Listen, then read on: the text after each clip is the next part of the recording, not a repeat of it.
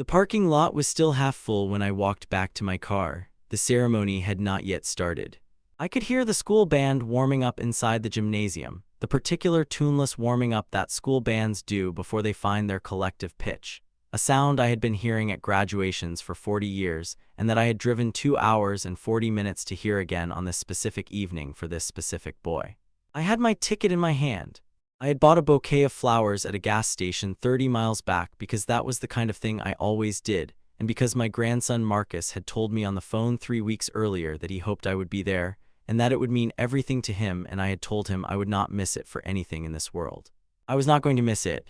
And then Cheryl had come out of the gymnasium doors and walked across the parking lot toward me with the particular walk of a woman who has made a decision and is not going to be moved from it, and she had told me, standing between 2 rows of parked cars under the parking lot lights, that there had been a change of plans and that tonight was not going to work and that the family needed this evening to be just immediate family and that she hoped I understood.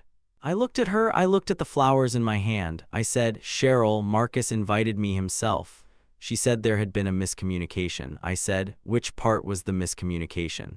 The part where he called me or the part where he said it would mean everything to him?" She said she was sorry for the confusion and turned around and walked back toward the gymnasium doors.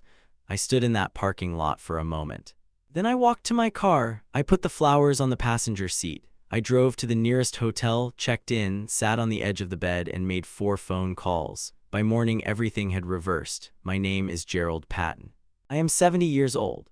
I was born in Savannah, Georgia, the third of 5 children raised by a father who worked as a machinist at a manufacturing plant for 37 years, and a mother who ran a licensed daycare from our home for 25 years, and who understood children with a depth and patience that I have spent my entire adult life trying to replicate in my relationships with my own family. I moved to Atlanta at 22 for work, spent 35 years in supply chain management for a regional distribution company, rose to director of operations, retired at 62 with a pension and a reputation for solving problems that other people had stopped believing were solvable. I married my wife Louise in 1979. We raised 1 son, David, who is now 44 and who is the father of Marcus, the grandson I had driven 2 hours and 40 minutes to watch graduate. Louise passed in 2015 from a stroke that took her in 48 hours, fast enough that I did not have time to prepare and slow enough that I had time to say everything that needed to be said, which I did, and which I am grateful for every day. After Louise, I had the house in Atlanta and my pension and my supply chain consulting work, which I had not fully retired from because the work kept my mind engaged, and because several former clients had asked me to stay involved on a part-time basis, and I had agreed because staying involved in useful work is one of the things that keeps a person oriented toward the future rather than anchored to the past. I was oriented toward the future. I had plans. Marcus's graduation was one of them. David was a good son in the ways that count when children are young and a complicated adult in the ways that emerge when the people they choose to build their lives with bring priorities that reorganize the family in ways nobody announces formally, but that everyone eventually feels. He had married Cheryl in 2004. Cheryl was competent and organized and had a quality of social management that I had noticed early and that I had filed under the category of personality rather than intention for longer than was accurate.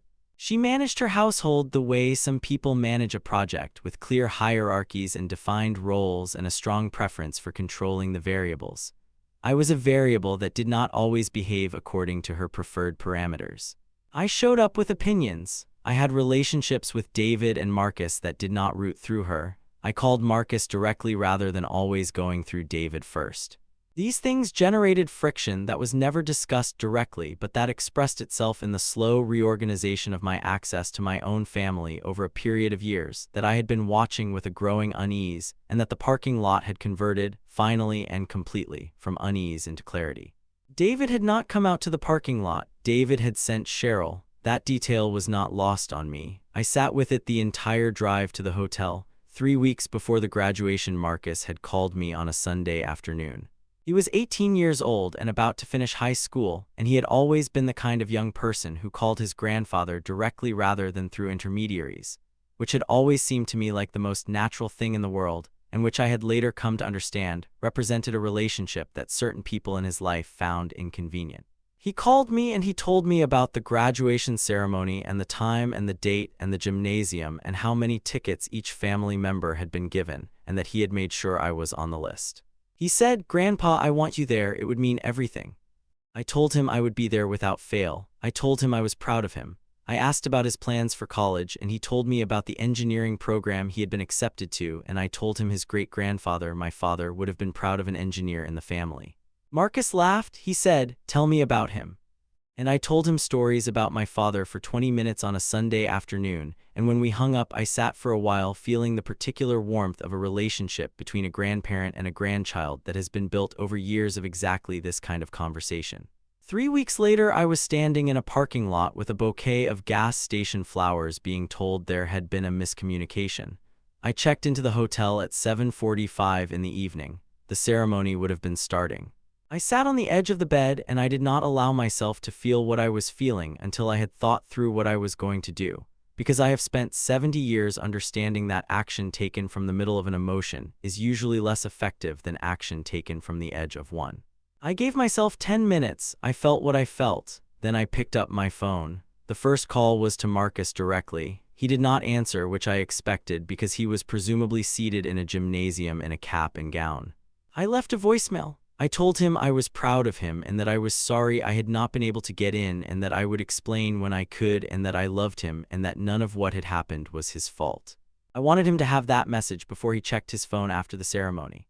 The second call was to my attorney, a man named Franklin Osa who had handled my legal and financial affairs for 18 years and who I had never called at 8 o'clock in the evening before and who picked up on the fourth ring and listened to the situation with the focused attention of a man who understood immediately that this was not a social call. Franklin asked 2 specific questions. He asked about my financial arrangements with David and whether any of them were current and undocumented. I told him there were several. He said, "We need to talk first thing tomorrow morning." 7 o'clock. The third call was to my sister Pauline in Savannah, because Pauline had known David since he was born, and because Pauline had a directness about family situations that I had always found clarifying even when it was uncomfortable. Pauline answered immediately and I told her what had happened and she was quiet for exactly 3 seconds and then she said, "Gerald, I have been waiting for you to make this call for 2 years." The fourth call was to a man named Howard Draper who had been my closest friend for 31 years and who had retired the previous year from a career as a senior investigator with the State Attorney General's office and who had certain skills and certain contacts that had never been relevant to my life before that evening. Howard picked up on the second ring. I told him what had happened. He said, "Tell me everything about Craig." I said his name was Craig, not Craig. He said, "David and Cheryl, tell me everything." I talked for 40 minutes. Howard Draper had spent 31 years as a senior investigator and had the particular combination of methodical patience and professional curiosity that makes people in that work effective long after they have stopped being paid for it. He called me at 6:15 in the morning. I had slept 3 hours. He said, "Gerald, I need you to listen carefully." Howard had been busy between 10 at night and 6 in the morning in the way that people with his background and his contacts are busy when something is worth being busy about. What he told me over the following 20 minutes was not what I had expected and was significantly more serious than the situation I had driven to a hotel to process. I am going to describe what Howard found in broad terms and then in the specific terms that matter because both are relevant to what happened next. In broad terms, Howard had found a financial situation involving David that had been obscured from me through a combination of selective disclosure and structural arrangement. In specific terms, David and Cheryl had, over the preceding 3 years, been recipients of financial assistance from me totaling approximately $94,000 across 11 transactions, all of which I had provided at David's request and all of which I had documented because I document everything. What Howard had found through channels he described as informal and publicly accessible was that a portion of those funds had been used in ways that had not been described to me at the time of the requests. A property transaction that had been described to me as a primary residence purchase had involved a secondary investment component that David had not disclosed. A business expense I had funded had been partially redirected. Howard said, "I am not telling you anything illegal has occurred. I am telling you that you gave money based on representations and that the representations were incomplete." He said, "I am also telling you that the woman who walked across a parking lot to turn you away from your grandson's graduation last night is married to a man who has been strategically managing your access to information about where your money has been going." I sat on the edge of the hotel bed and looked at the gas station flowers on the dresser, and I thought about what Franklin Osai and I were going to discuss in 45 minutes. Franklin was at his desk when I arrived at 7 o'clock with a coffee I had bought at the hotel lobby and a folder I had put together in the preceding 40 minutes containing every financial transaction I could document from memory, amounts, dates, stated purposes. Franklin reviewed it while I sat across from him. He reviewed Howard's summary, which Howard had emailed to me at 6:30 and which I had forwarded to Franklin.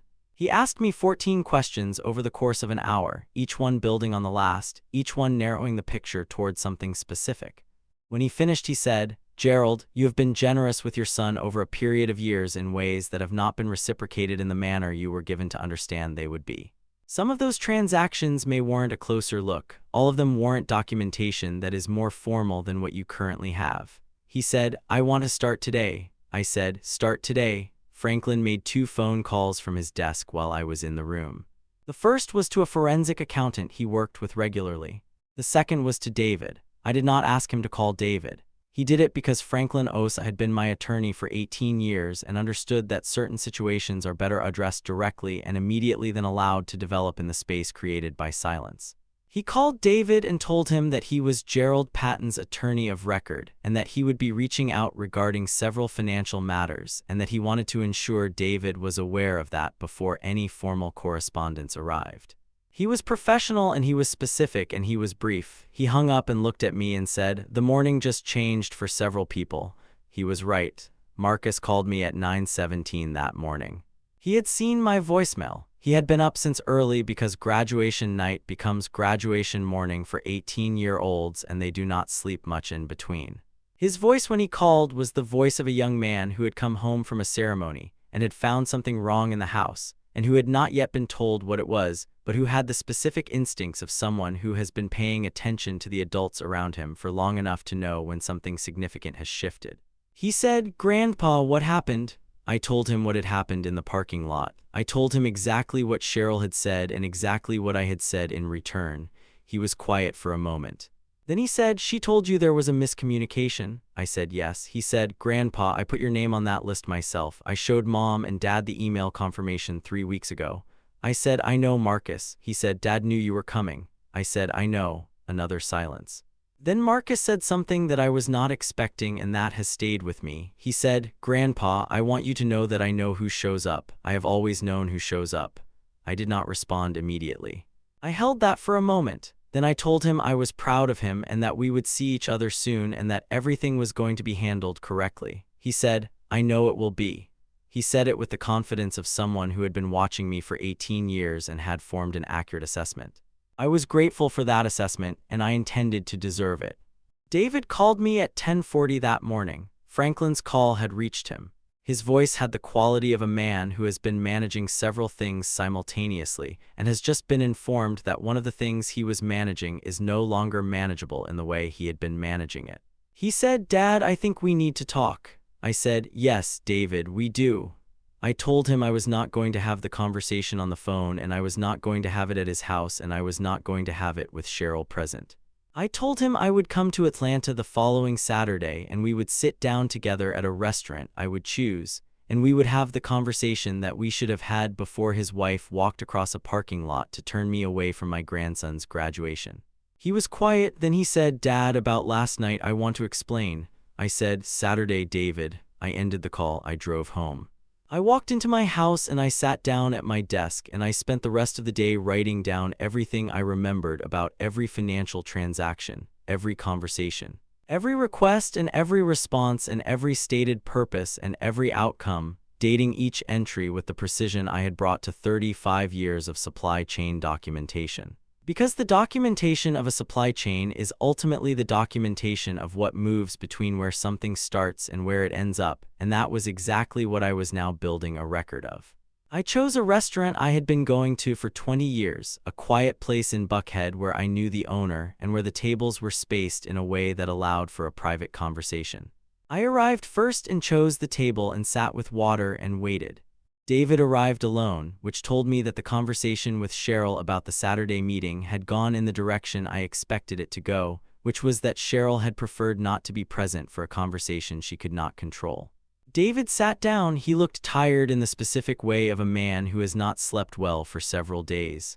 I did not open with the financial matters. I opened with the parking lot. I told him that I needed him to explain to me in his own words what had happened and why. He told me that Cheryl had been managing the graduation arrangements and that there had been family tension around seating and invitations, and that she had made a decision that he had not fully endorsed but had not stopped.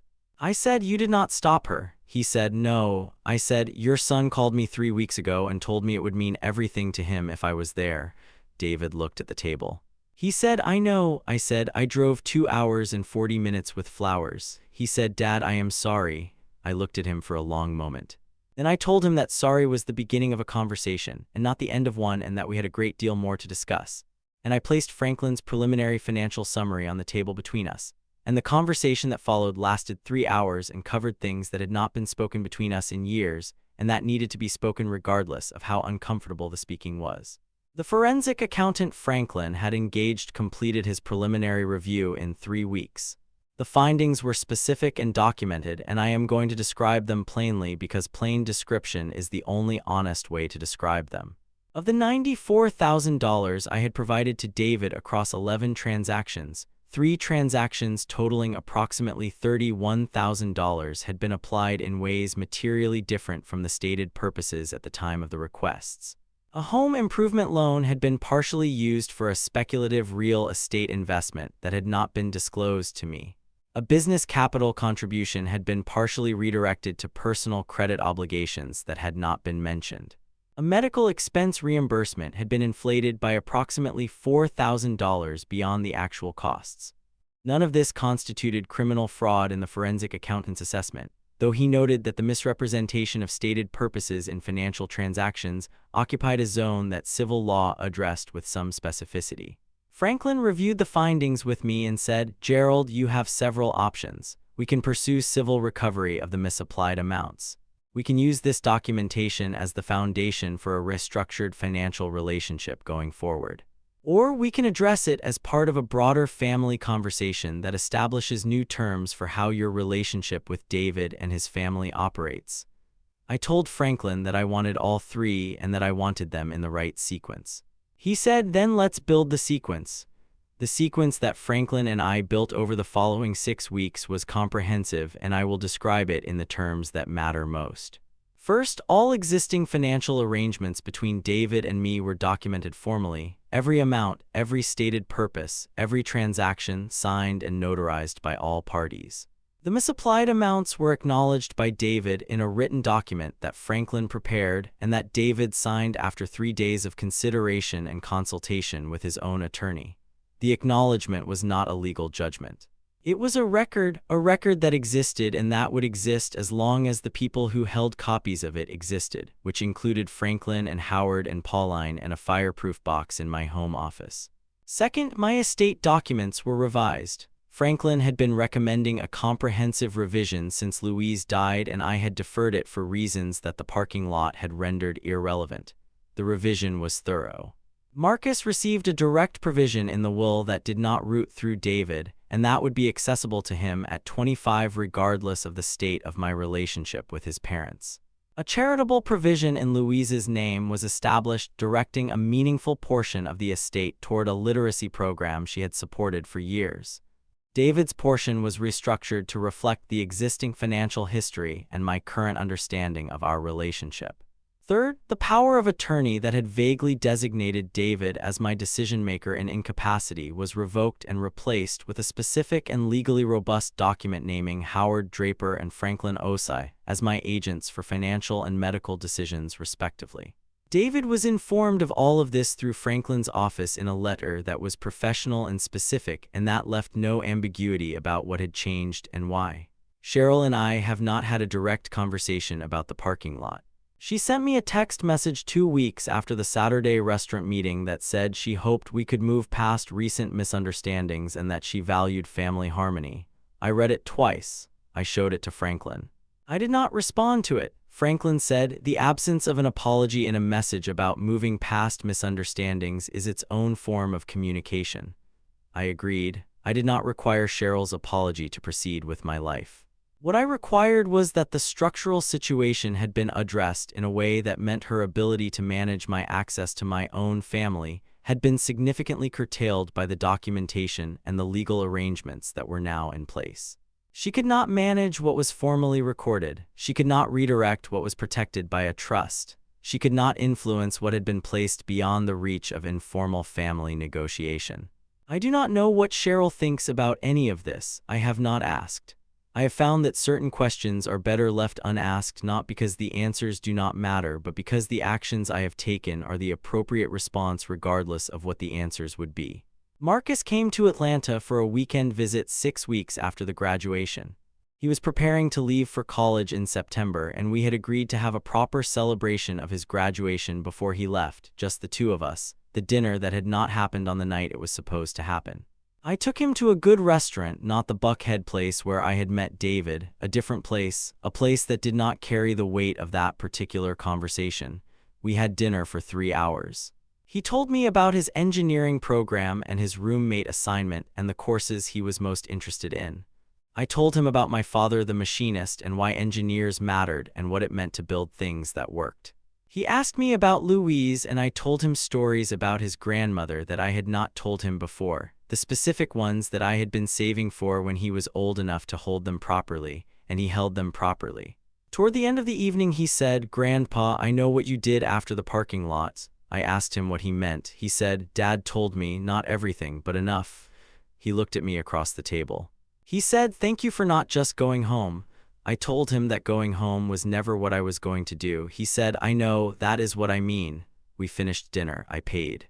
He hugged me at the door in the way that young men hug grandfathers when they mean it, briefly and firmly and with the full weight of the relationship in the brevity of it. I watched him walk to his car. I stood on the sidewalk for a moment. Then I went home. David and I are in a different place than we were before the parking lot. I want to be honest about what that means and what it does not mean.